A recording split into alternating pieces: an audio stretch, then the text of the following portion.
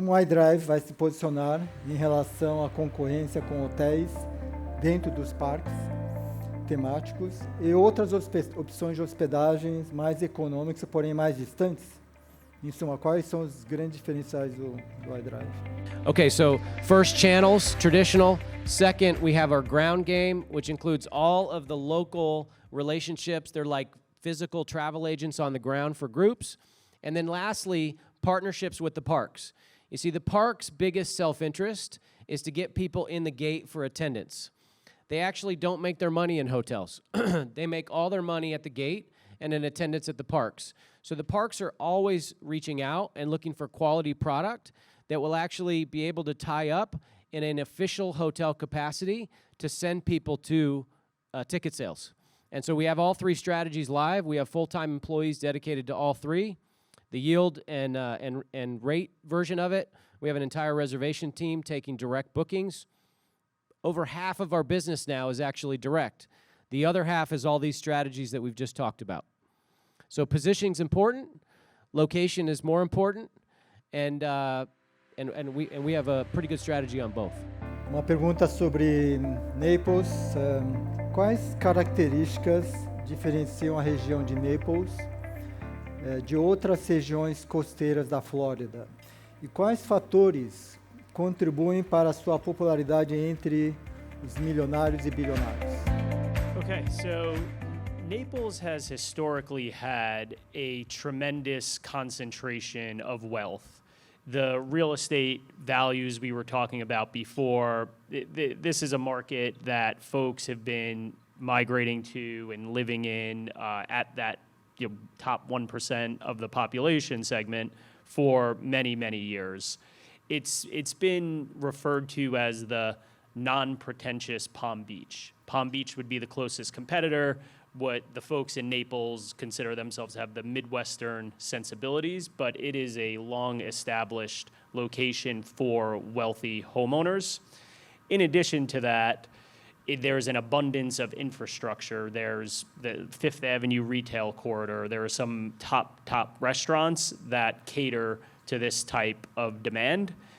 In addition to that, there's just the geographic location. Some would say some of the best beaches in Florida are in Naples. So that was your initial draw to the location. You have the infrastructure of very strong hospitals, airport access, and probably most importantly for a lot of the folks moving here, within a 15-mile radius, you have more than 100 golf courses. And Brock, who was I guess a semi-pro golfer, would spend some time there. But you just have the infrastructure and amenities in addition to the concentration of wealth, and it's been a long-established location for that type of demand. Considerando volume significativo de vencimento de dívidas imobiliárias nos próximos 2 anos, como você bem apresentou, existem muitos riscos e oportunidades. Como é que você identifica o que é uma boa oportunidade nesse cenário e quais são também os projetos que podem ter muito risco? Sure, that's a great question, and you have to look at it from both sides, the debt side and the equity side.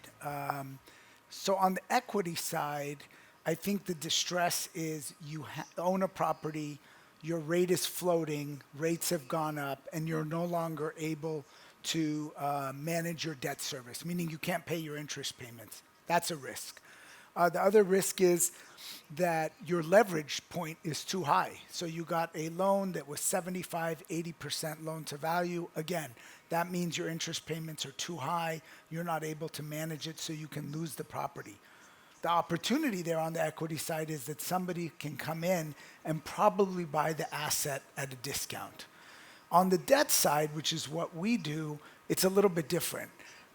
We have loans that are approaching maturity, but our loan to value is about 60 to 65%. And even if you look back at 2008 during the great financial crisis, I want to say secondary, tertiary markets, meaning not prime locations, values drop 30 to 40%. In prime locations, values drop anywhere between 5 to 20%. So on the debt side, we're actually very well protected.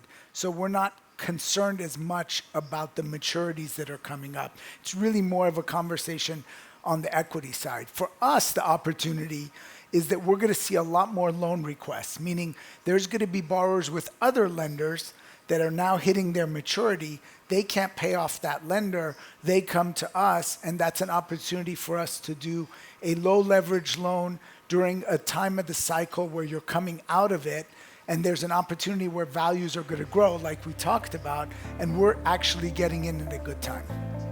Diante da expectativa de mudanças nas taxas de juros no mercado, quando você acredita ser o melhor momento para investir em imóveis? Você deixou muito claro na sua apresentação que nesses próximos 2 anos você tem oportunidades, mas você tem, como o Paul comentou também, a reação no mercado de real estate é um pouco mais lenta do que o mercado de capitais.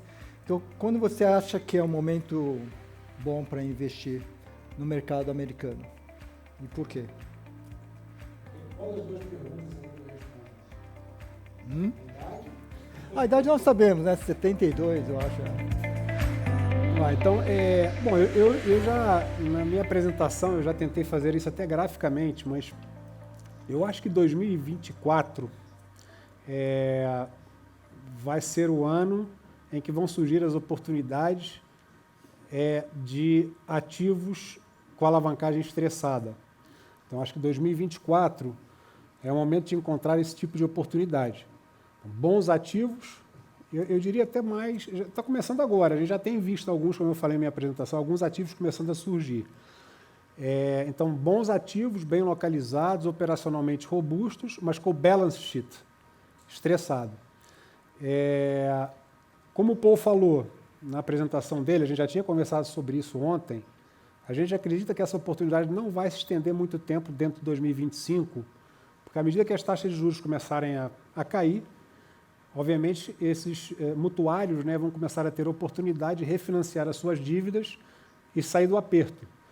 Então, para nós, investidores profissionais, essa é a estratégia que a gente está olhando agora. A partir de 2005, quando o mercado começar a se estabilizar num patamar de juros mais baixo, considerando essa questão do time lag, porque isso é muito importante, pessoal, é uma coisa que eu adoro no imobiliário, é isso, é que ele sinaliza 1 ano e meio antes. Então, o cap rate dos imóveis não vai cair na mesma velocidade que as taxas de juros. As taxas de juros vão cair mais rápido. Isso é normal. O imobiliário leva muito tempo, leva 1 ano, 1 ano e meio, às vezes 2 anos para reagir. Então, a gente considera que a partir de 2025 vão começar a aparecer oportunidades por causa da normalização do mercado. A normalização quer dizer spreads saudáveis. Então, a gente vai ter aí um diferencial